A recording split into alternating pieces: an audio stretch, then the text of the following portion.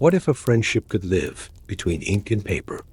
In the year 1749, two women shared their lives, one letter at a time. Seasons passed, words remained for those who need rest. Now, their voices return in a story told softly about letters from the past, and this is a calming history for gentle sleep. And watch now on our channel. The hour is early.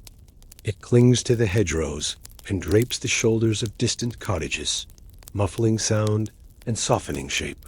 There is a quiet hush in the air, a pause between seasons, when winter breathes its last cool sigh and spring offers its first tentative promise. A pale silver mist lies gently over the rolling hills of Somersetshire. In a narrow house along a cobbled street in Bath, a young woman leans over a writing desk. Her name is Elisabeth Gray. Her hair is pinned loosely at her neck, a few curls slipping free as if drawn by the growing light outside the lace-curtained window. In the fireplace, a small fire crackles softly, its glow painting shadows on the plastered walls. The room is quiet, but for the slow scratching of her quill, dipping occasionally into a small glass inkwell, the sort of stationery reserved for letters of meaning, letters that matter. The paper before her is cream-colored and thick, just slightly textured. Her pen moves with intention, and we, the unseen readers, are invited into the folds of her thoughts. The kettle whistles gently from the iron hook above the hearth, and the room fills with steam and citrus. March 12, 1749. The chimney sweep, soot-faced and songless. The ancient woman who feeds the birds beneath the iron gate of the Crescent Gardens. Bath he moved slowly, stopping often to speak to the trees. I suspect he believes they listen, and I have begun to believe it myself. He speaks to the elder tree near the stream with particular affection, as though she were an old friend who simply prefers not to answer back. My dearest Anne. Now he spends his days among books, bees, and apple trees. With travel slow and unpredictable, the written word became the thread that held hearts together. I helped her plant chervil and marjoram yesterday, and my fingers still carry the scent. There was no rush to productivity. Seasons were honored, not hurried. Elisabeth finds peace in this rhythm. Even the bees seem patient, hovering in lazy spirals over the crocuses. Do you remember how you once claimed they danced only for you? Music practice, though she admits to a growing boredom with her father's preferred adagios. She has begun to sew handkerchiefs with her initials and Anne's, planning to send them once the post is reliable again after the winter rains. I believed you then, and I still believe you now. And Elisabeth's heart is tender, open, observant, and quietly aching in the stillness between visits. She had laughed at how the apples dropped like stubborn thoughts from an overfull mind, and Elisabeth had written that line in her journal that very evening. The sun had not yet broken through the clouds, but the air held a softness that whispered of change. He stands in the apothecary's window as though waiting to be admired. I suspect he imagines himself the romantic hero of a novel, though I would not read such a novel even on a rainy day. It is indeed amusing, though perhaps too lively for my mother's taste. I found myself laughing aloud, which startled poor Tibbs so badly he knocked over the tea tray. A robin landed near the stone trough and gave me quite a stare, as if to ask why I remained so long at the window with idle hands. This morning I watched the frost melt slowly from the edge of our garden wall. She keeps a notebook where she copies passages that move her. Beside one, she writes, I wonder often what storms will visit us, and whether we shall remain as we are. Her thoughts, her hopes, her longing, all stitched or steeped into the corners of daily life. It is pale blue, like the sky we watched from the old stone wall. Tell me of your walks in your garden, of your brother's music, and of any dreams you have lately dreamed. I miss our conversations, not just the words, but the silence between them. There is no one here who listens quite the way you do. I hope the violets are blooming by your gate. They were always your favorite. between people like Elisabeth and Anne, carried not by time, but by care. I think of you often, especially in the early morning, when the world is soft and full of promise. To remind, to reach across the stillness of a morning and offer something gently human.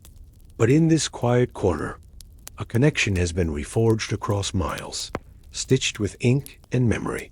The thread frays if I am not careful, and I have had to redo one corner twice.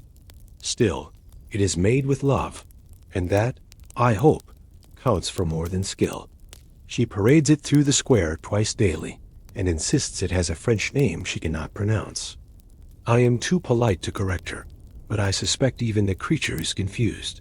There is a new family lodging near us. Their accents are harsh, and their tempers louder still. I miss the quiet grace of your company, the kind that settles over a room like lavender water, never shouting its presence, but always felt.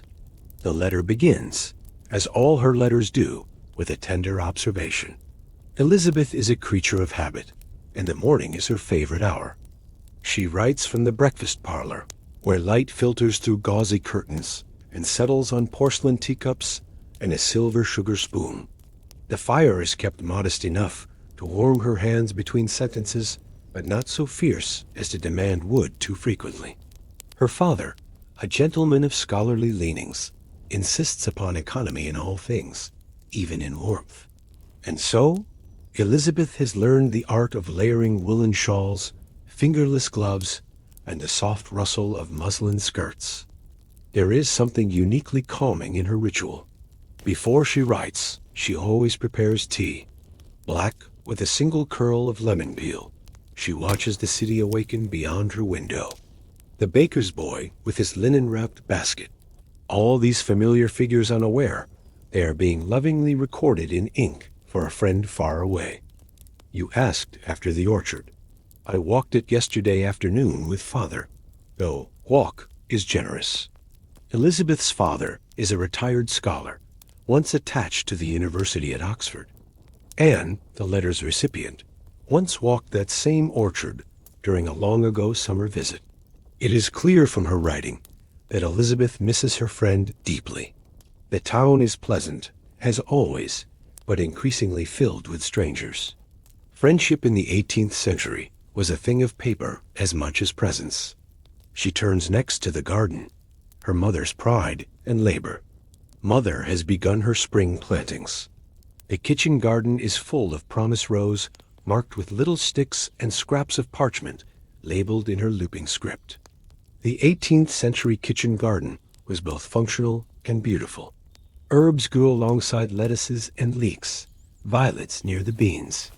There is a hush about the earth this week, as if it were holding its breath before the bloom. Elisabeth's days pass slowly, shaped by simple tasks. Needlework in the afternoon, with sunlight catching the silver of her scissors. I have nearly finished stitching the border of the linen I promised you last Michaelmas. In these small acts, Elisabeth weaves herself into her world. Of course, no letter would be complete without a touch of gossip delivered in the softest tones. Mrs. Tansley has acquired a new lapdog, though I question whether it is truly a dog. It resembles nothing so much as a mop with eyes. Her wit is gentle, never cruel. Even those she pokes fun at are drawn with affection. The vicar's son has returned from Cambridge, pale and grave as ever. Her world is filled with quiet characters, and she renders them with painterly detail. I have just finished the volume you recommended, Mr. Fielding's Tom Jones. Reading is a shared joy between the friends. They exchange books as they do thoughts, their opinions folded into the margins, literal and metaphorical. Elisabeth prefers slower Taylor's letters, reflections, and essays. How calm is the day when the storm is past. A line from a sermon, I believe. As the candle burns lower, her letter draws to a close. Write soon, dear Anne. Ever your affectionate friend, Elisabeth. The quill is set aside. The letter folded neatly and sealed with a dab of wax. Outside, the day has broken into gold. The streets of Bath stir now with carriage wheels and echoing hooves. We are left with the warmth of it. A simple act of friendship.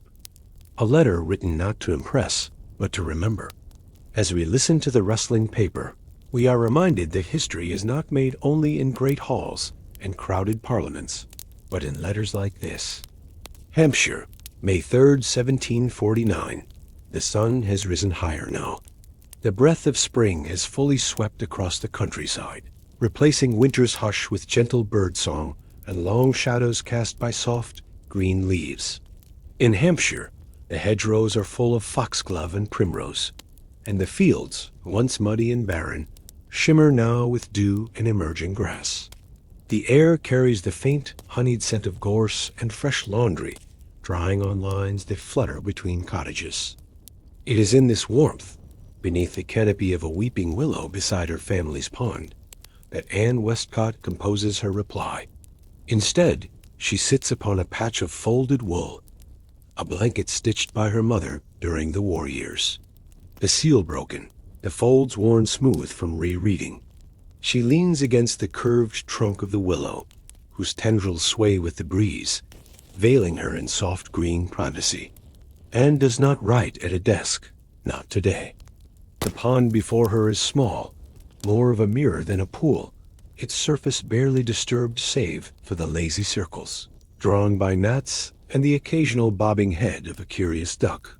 Beside her, Elisabeth's last letter is carefully weighed down by a polished stone. Anne smooths her paper with slow, deliberate hands and begins.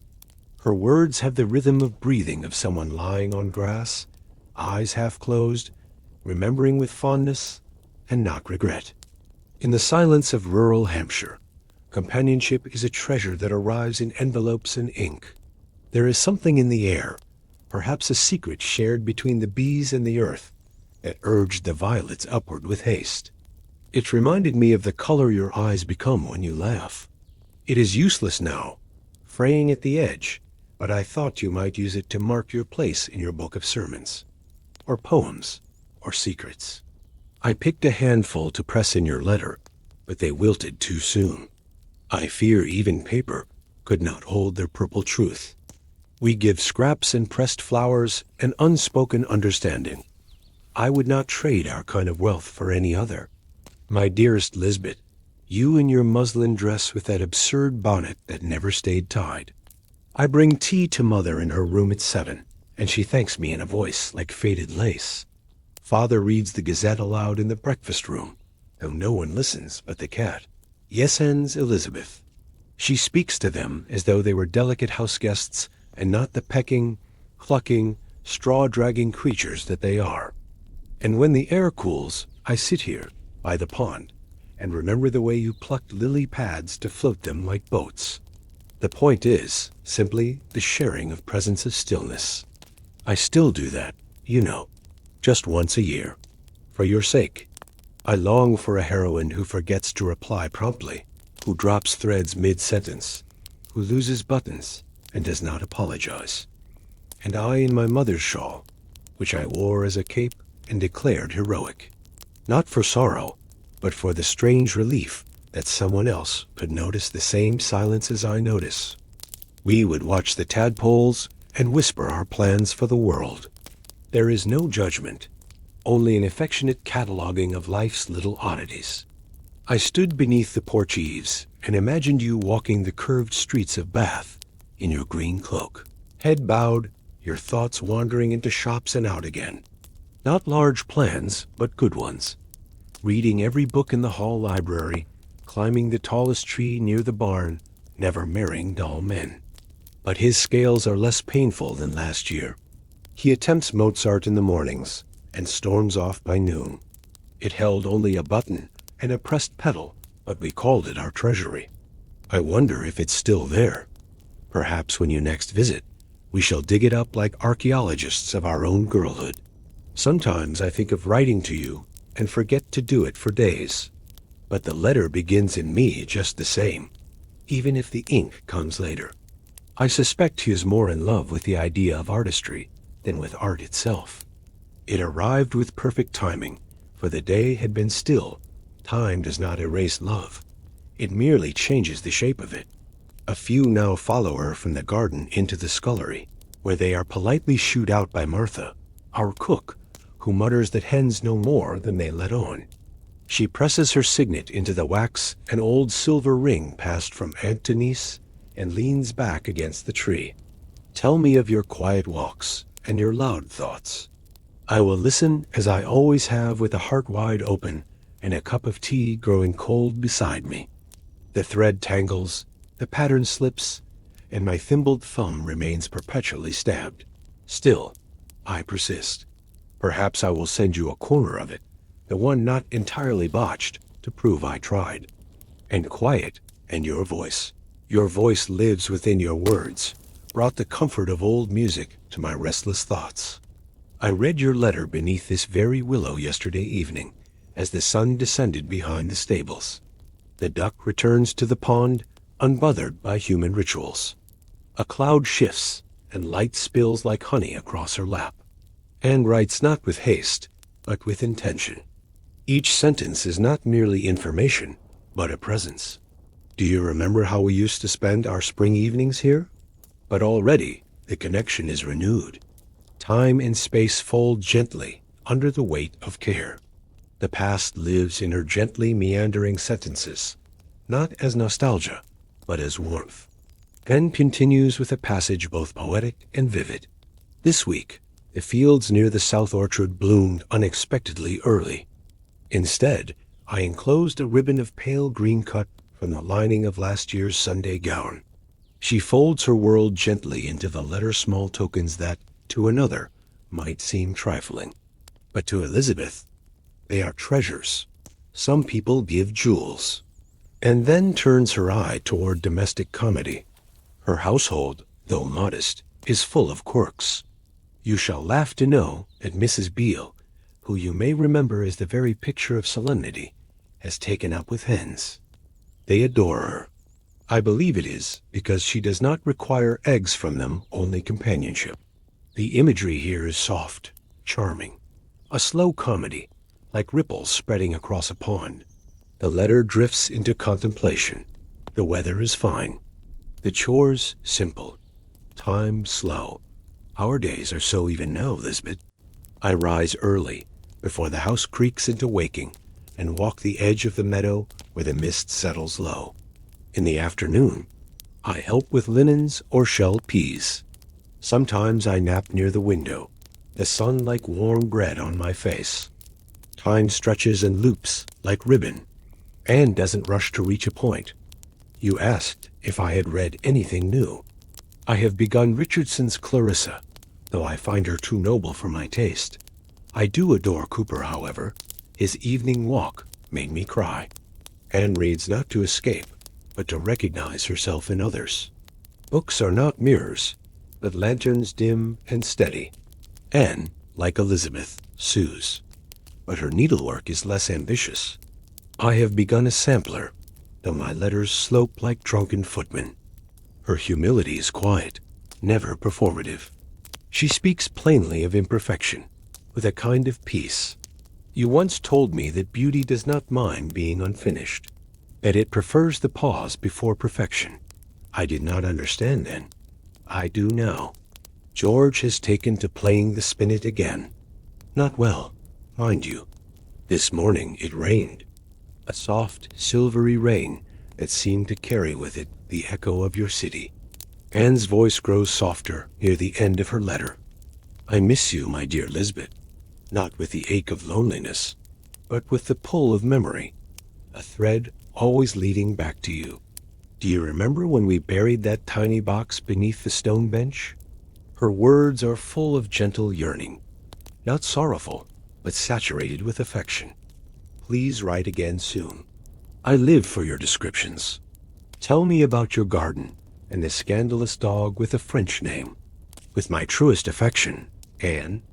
As the letter concludes, Anne folds the page along its well-creased thirds and reaches for the sealing wax.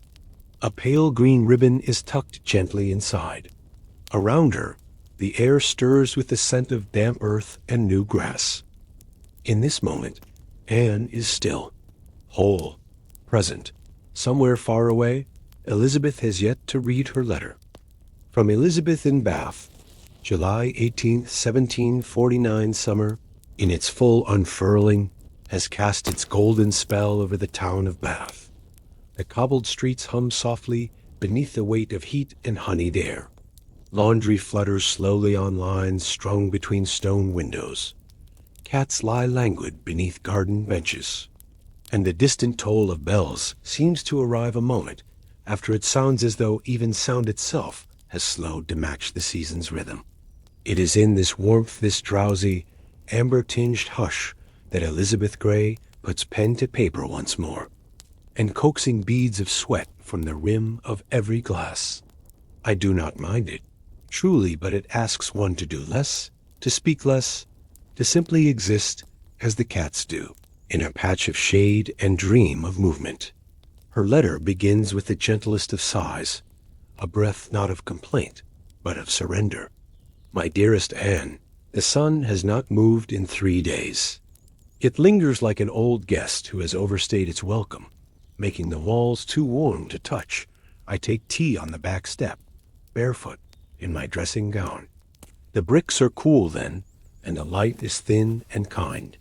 I listen to the house breathe, the kettle hums, the sparrows squabble, the way her mother inspects her work never unkindly, but with the quiet pride of someone whose affections are few and carefully bestowed. And for a moment, there is only peace. Even the fashionable promenade is sparsely traveled. But on Tuesdays, Elizabeth still visits the bookseller, a small, dark shop wedged between a tobacconist and a chandler. Elizabeth describes the heat not as a burden, but as an atmosphere, something that seeps into the corners of the day, urging slowness, inviting surrender, a curiosity wrapped in modesty, a gentle awareness of attention, not unwelcome, but not entirely encouraged either. You would dislike him on principle. He is too earnest, too tall, and too often quoted by others. But I find his presence oddly comforting.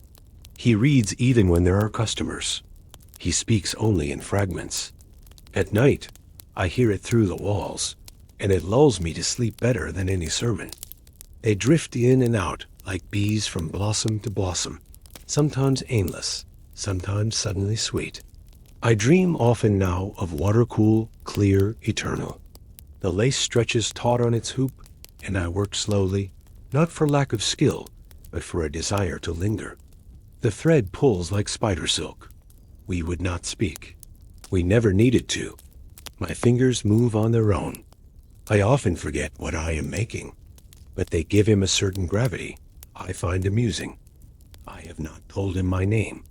It is pleasant to be unknown in a place filled with familiar things. The guide spoke too loudly and knew too little, so I let him pass and stood alone by the great pool. He would only tease me. But know this, it had something to do with return, with letters not ending, with summers that stay. The water was green, still, and covered with faint ripples from the breeze. That beneath the centuries, people still carried the same small longings, the same aches, the same hope. Do we matter less because we do not build bridges or write laws? Or do we matter in the space we make for gentleness, for listening? Your description of the pond beneath the willow brought me such peace. It will mark the psalm that reminds me of you. The lines have fallen for me in pleasant places. Indeed, I have a beautiful inheritance. I could smell the earth and hear the frogs, and I remembered everything about that day we spent there, when the sun set too late and we wished it would stay forever. Life, this month, has been made of small joys, of peaches, of poetry, of folded linens, of sandals removed at the door, of wind through paper, of letters begun and not yet finished. I hear it from the alley as she slaps the sheets against the stone. There is a rhythm to her days that I envy. Her arms strong, her movements firm, her pleasure evident in her own usefulness. Evening is slow to come, but it comes all the same. I shall go down and take supper with father. He has promised tales of his university days, which are always told in the third person, as if he were merely a bystander to his own mischief. I imagined the women who once sat there, combing their hair, sharing news, complaining about the price of olive oil. She does not seal it with wax tonight. The air is too warm, the light too golden. Somewhere, a song drifts from a window. A lullaby? A prayer? A memory? It will be sealed tomorrow, once the morning cool returns. She calls it roman therapy. The dog sleeps under the table, dreaming of God's knows what. The house smells faintly of rosemary and stone. She makes peace with unfinished thoughts. Tell me everything, even the things you think unimportant. They are not. And once, when he handed me a copy of Mr. Pope's essay on man, he said, I like this. One that doesn't require attention, only permission. It's not loud. I have thought of that sentence for 3 days. Their skins slipped away like old parchment, and the fruit beneath was so soft it nearly collapsed in our hands. We ate one each with teaspoons from the good porcelain bowls, the ones with the faded blue boats. I remembered you then. You always left the pit last and inspected it like a relic before discarding it. Her days begin early, before the sun climbs too high. High praise from a woman who once described the bishop's wife as audibly decorative. I rise now just past 5, before the heat begins to pulse against the windows. Yesterday, Mother and I peeled peaches in the shade of the garden wall. Mother said you have sensible fingers for sewing and a kind voice. Her descriptions are tender, sensory, domestic. The slow act of peeling fruit. The way juice runs down the wrist and is caught, without urgency, by a linen cuff. Bath is quiet in the heat. There is a young man who works there now. Elisabeth doesn't flirt not in any practiced sense, but her writing carries the trace of a blush. He wears spectacles when he reads. I suspect he does not need them. Summer has altered the soundscape of the house. The windows remain open throughout the day, and the usual domestic rhythms take on a different cadence. The fountain in the square has become the loudest voice in the neighborhood. It sings constantly, sometimes a hymn, sometimes a lullaby. Our neighbor plays a violin in the early evenings, poorly, but even his clumsy notes seem part of the season. The blend of silence and sound, the backdrop of dripping fountains, chirping insects, rustling paper creates a sort of gentle music. Elisabeth spends her afternoons stitching lace. I have taken to sitting in the upstairs parlor, with the shutters half closed, allowing the light to fall in slats across the table. Sometimes I imagine you sitting across from me, your mouth full of pins, your brow furrowed in mock seriousness. In the quiet of her work, she drifts. She writes letters in her head. She composes dialogues that never take place. I have found it comforting, this half-labor. It does not demand completion, only care. I visited the Roman baths again last week, not as a bather, but as a wanderer. I dropped a penny into the water and made a wish. I will not say what it was. Her visit to the baths is not historic in the academic sense. She seeks not knowledge, but echoes, the feeling of continuity. The laundress sings now as she works. Her voice is untrained, but warm. I think often about the usefulness of our kind of life, of the quiet kind, the invisible kind. I have no answer, Anne, only the question. But I think perhaps our stillness is not in vain. I keep your last letter near. I have reread it 5 times, and still it feels new. I pressed your green ribbon into my prayer book. Her language here is intimate and unadorned. She draws strength not from her own poetry, but from Anne's presence, even in silence, even at a distance. There is no great news to report, and I hope that does not disappoint you. Some days I do nothing at all, but watch the light move across the rug. I think that must be a kind of prayer. The sky is turning now. Mother has taken to cooling her feet in the wash basin. It is a good life, and it is better with you in it, even from afar, right soon. I long to hear how the hens fare, and whether your brother has attempted Mozart again. With love always, Lisbeth, as the day folds into dusk. Elisabeth folds her letter and ties it with a pale ribbon. She leans her elbows on the sill and watches the lamps being lit across the street, one by one, a town blinking slowly into night. And in a room in Hampshire, perhaps, Anne sits by her own window, waiting. From Anne in Hampshire, October 2nd, 1749. Autumn has arrived like a quiet guest who slips in through the garden gate without knocking, bringing with them the scent of wood smoke and ripe apples. It does not announce itself with fanfare, but you feel it all the same, in the sudden crispness of the air, in the hush of the fields, in the new weight of the twilight. In Hampshire, Anne Westcott watches the season unfold through lace curtains and long walks. And as always, when the seasons turn, her thoughts turn to Elisabeth. My dearest Lisbeth, the fire crackles in gentle protest, trying its best to convince the room to remember summer. But the shadows have changed, Lisbeth. They are longer now, more thoughtful. The wind, though not fierce, has a way of reaching under things, doorways, shawls, memories. I find myself wanting to sit longer, say less, and let the hours stretch like cats in afternoon sun. I sit beside the hearth as I write, the first of the year's chill clinging to my skirts and making itself known through the soles of my slippers. The paring knife moved in slow, perfect circles. I watched the skins curl into ribbons, falling one atop the other like quiet laughter. Mother says I'm sentimental for noticing such things. But what is the use of rushing when the world is already hurrying toward winter?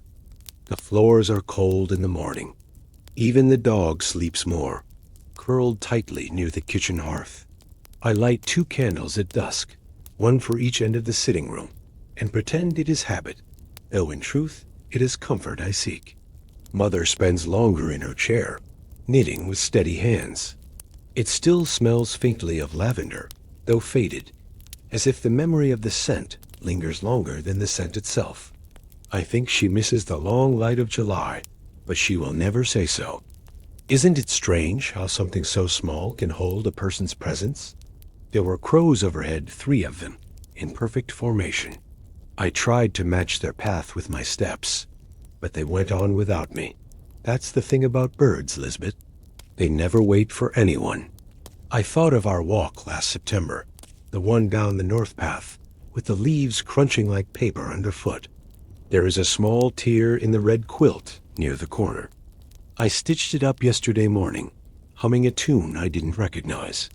Perhaps something I overheard in church. You recited poetry badly, and I pretended not to notice. Not for the story, though it is finer than I remembered, but for the memory of reading it with you. You always sighed too loudly at the romantic parts, and then insisted they were foolish. But you turned those pages faster than I did.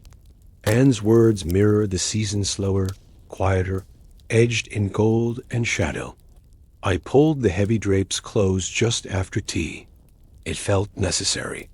She sees in the turning of pages the turning of seasons. And in each return, a new version of her emerges. It is something softer, something companionable, like the sound of rain on a roof you know well.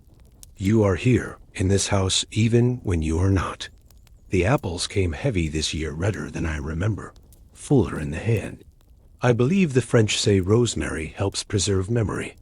If that is true, then I am doubly fortified. If some distant soul will find them in a box and feel for a moment what we felt, perhaps not. But still, I write as though someone will. Not melancholy, just thoughtful. The trees teach us how to let go, don't they? Their leaves fall not in grief, but in grace. I wonder if we might learn the same. We've stored them in baskets and barrels, in cellars, and on shelves. The kitchen smells of bruised sweetness and dry hay. Tell me if the bookshop boy has spoken of Pope again. Tell me if you have found anything worth stitching, or nothing at all. I shall be here, waiting, as the trees empty themselves with quiet courage. She slips a single golden leaf inside a small maple, perfectly symmetrical, pressed between the pages of a hymnal just yesterday. There is a kind of music in it, the soft thud of fruit into straw, the creak of old wood under weight, the rustle of baskets sliding against stone. Father has been in the orchard every day since Michaelmas. Anne paints with scent and rhythm. I peeled 8 apples for a pie this morning. My hands remembered how, without my asking. Outside, the wind has grown more insistent. But inside, all is calm. The shawl rests on her shoulders. The dog snores. And in her heart, a letter begins its journey, not just across miles, but through memory and into history. Just because the kitchen was warm and the light was golden, and the fruit was too ripe to keep. I took a slice out to the bench by the stable and ate it with my fingers, watching the last of the swallows chase one another. They'll be gone soon. Even letters pass through hands before they rest in drawers. And yet, some part of them stays. I wonder which part of me will stay in this letter. Autumn quiets the house in a way that summer never could. The windows remain shut now. Curtains are drawn earlier. The chairs creak more in this weather, as if they too feel the chill in their joints. Anne describes the slowing of the house not as decline, but as rest, a home settling into itself, embracing the hush. Lisbeth, I found your shawl. It had slipped behind the embroidery frame in the sewing room, folded in upon itself like a sleeping letter. I held it for a long while. I pressed it to my cheek, not in sorrow, but in affection. She does not need to describe the whole day. A shawl, a crunch of leaves, a misremembered poem, it is enough to rebuild the moment. I walked the outer field yesterday. The wind tugged at my cloak and sent my bonnet strings flapping about my chin. Anne does not romanticize autumn. She accepts its rough edges, the early dark, the unruly wind, the geese that leave and do not look back. I think often of the word passing. How things pass seasons, moods, visitors. Anne shares her simple routines, rich in sensory detail. We brought in the thick blankets from the linen chest last week. I took pleasure in unfolding them each, bearing the scent of cedar and dust. George insists on tea, with nutmeg now, though he gags at the first sip each time. He claims it is medicinal. I think he simply likes the smell. The rituals of warmth of preparation for colder days fill Anne's days with gentle purpose. Not for need, but for rhythm. I have taken again to rereading Pamela. I sometimes think books are like rooms. We return to them not for the plot, but to see how we've changed. Anne reads not to pass time, but to revisit herself. I miss you, Lisbeth. That is not news, but it is not sorrow either. There is something in the air these days that makes me reflective. Her thoughts drift like leaves, not mournful, but contemplative. Letting go, she suggests, can be a kind of love. Today, I baked a small pie pear and carrot. I made it for no reason. Everything seems to be preparing to leave, and yet nothing is in a hurry. I like that. Your last letter sits on my dresser, folded neatly beside the dried sprig of rosemary you sent. I smell it sometimes before I sleep. I wonder if our letters will outlive us. Anne's sense of time expands beyond herself. The letter becomes both present moment and future relic. A gift for someone not yet born. Write soon, dear heart. Tell me if the fountain still sings in the square. All my love, Anne. Anne folds the letter slowly, carefully. The fire pops in the hearth. Autumn has come, and with it, the soft, rich ache of being alive. From Elisabeth in Bath, December 29th, 1749. Winter has pressed its quiet hands over the town of Bath. The rooftops wear a hush of white. Bare trees lean against gray skies. The sound of boots on stone is softened by frost. And inside, windows bloom with condensation, and warmth spills gently from beneath thick curtains. It is the kind of season that draws the world inward. Fires are lit earlier.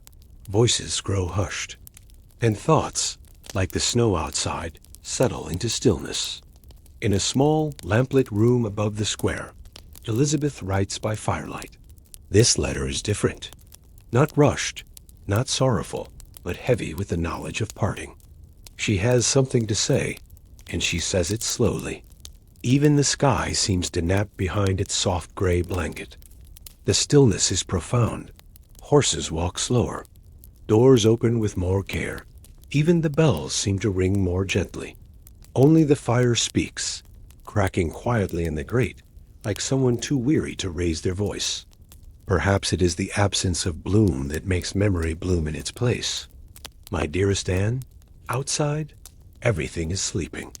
The trees, the grass, the garden gate. The sun, if it can be called that in this pale season, disappeared 2 hours ago. My uncle has arranged everything. Passage, lodgings, introductions.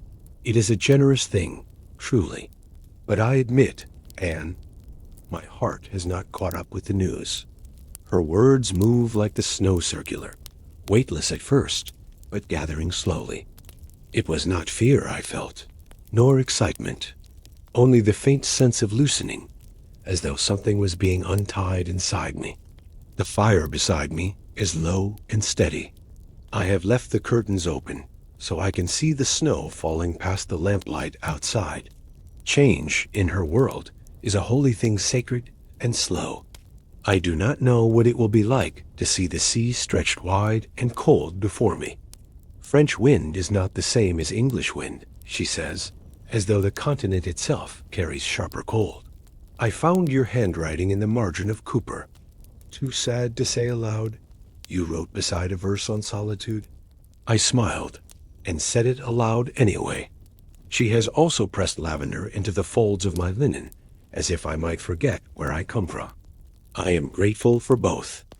I folded the shawl you returned to me, though it smells more of your house now than of lavender. It has faded to a pale shadow of itself, but it holds more color than anything fresh. I suppose that is how memory works. Dim, but lasting. I included your last letter. Of course. It will sit beside my sewing kit, which I will likely never open, but cannot leave behind. But I imagine it will feel like standing at the edge of a blank page, full of promise, full of questions. The snow was thin but crunchy underfoot. I walked to the old park, where we once sat beneath the arch of trees and dared the pigeons to steal your sandwich. The benches were empty, the trees bare, but I felt no loneliness, only a kind of companionship with the past. And even if our pages grow thin and few, you live in me, as I live in you. That is not poetry. It is truth. The flakes drift, not fall like feathers shaken loose from some enormous pillow. He clears his throat, adjusts his spectacles, and walks away. We have said little to one another. I have held that thought like a stone in my coat pocket, touching it when the wind grows too cold. But that has always been our way. His love is silent, but present. Winter has arrived with ceremony. It laid a fine sheet of snow over the town on Christmas morning, as if to dress the world in lace. Elisabeth opens her letter as one opens a window, gently, to let in the cold air and the thoughts that drift with it.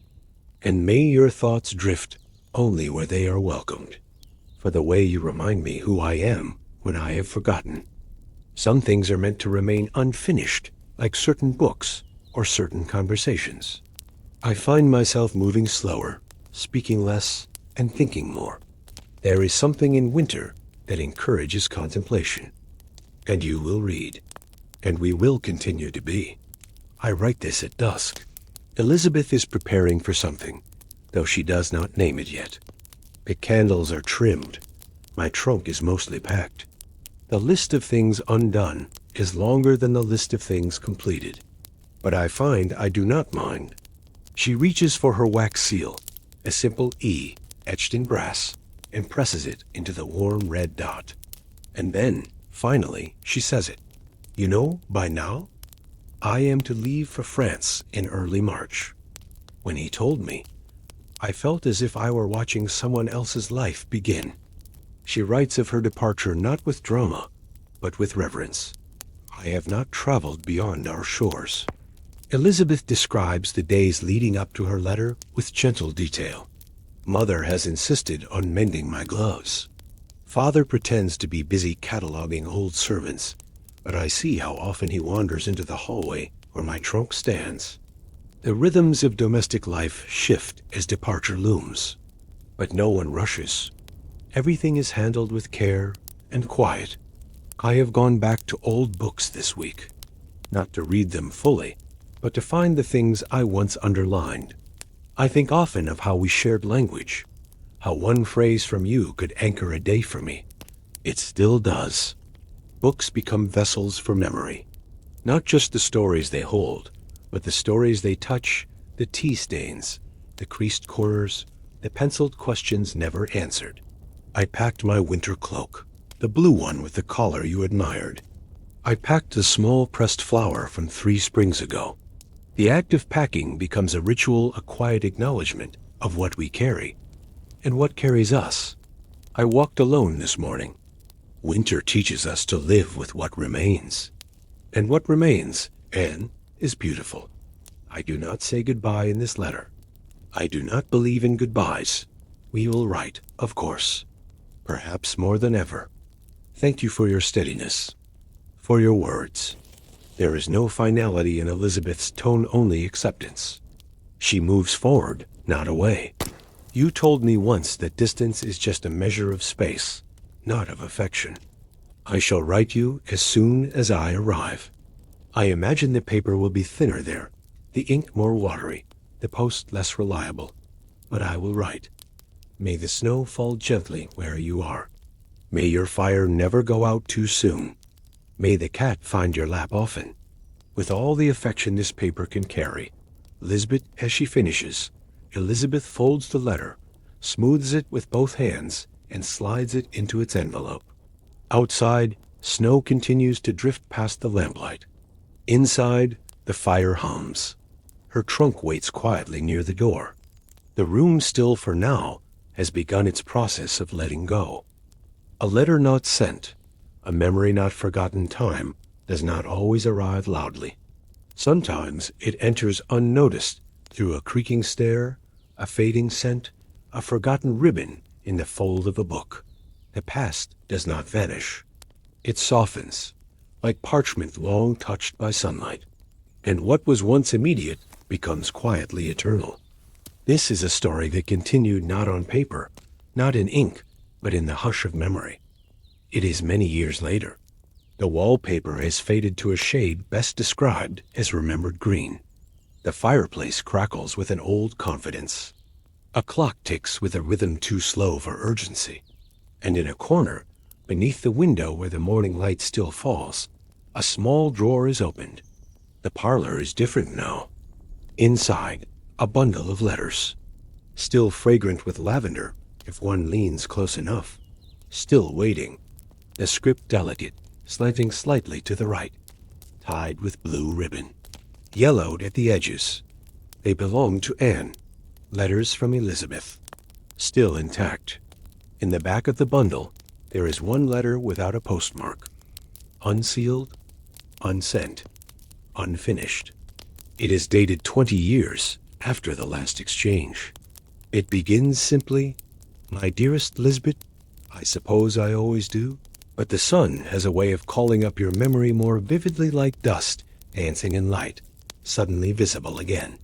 Her hand had not been as steady, but her voice remained unchanged. It is the first truly warm day of spring, and I find myself thinking of you. The elder tree by the stream bent so low, I feared it might fall. I walked the path you loved and saw, in the moss by the edge, the imprint of what must have been a deer's hoof. For a moment, I thought it was yours. You always had a light step. She became the keeper of her family's memories, and eventually of Elisabeth's too. In her final years, she was known for speaking aloud to the fire as if it might answer, and in a way, it always had. She did not understand all of them, but she understood enough. Anne had sat at her old writing desk, the same one from youth. She taught music to the children of merchants, read by the fireside each evening, and once wrote to a cousin that every evening I think of a willow tree and someone I once sat beneath it with. The orchard bloomed early this year. The letter trails off mid-sentence. No farewell, no signature. But sometimes silence says what words cannot. Elisabeth did sail to France. A faint wind lifts the edge of a ribbon tied to a tree branch, blue and faded with sun. She lived in a quiet villa outside Calais, near the sea. She never married. She returned to England only once briefly, for her mother's passing, and did not visit Hampshire. For its quiet kindness, for its written words that still carry warmth through time. Anne remained in the house where she was born. She planted herbs every spring and always reserved a corner for violets. The letters were found in an old chest, tucked between a hymnal and a jar of pressed rosemary. A niece read them aloud once, on a rainy day. 2 women, 1 friendship. A lifetime carried between seasons and sealed in wax. They were donated, eventually, to a small library that specializes in domestic ephemera, a phrase Anne would have found amusing. They remain there now, untouched most days. But every so often, a reader discovers them. And for an hour, perhaps 2, time folds in on itself. And Elisabeth and Anne are together again. The final visual returns us to that willow by the pond. It is spring once more. The leaves hang in soft green veils. The pond reflects the sky. There is no one sitting there now, and yet there is presence. There is peace. The hush of a life remembered not for its spectacle, but for its steadiness. We write to remember. We write to remain. And somewhere, in the space between the lines, we live again. Good night, dear viewer. May your dreams be lined with parchment, and your thoughts lit by the glow of memory.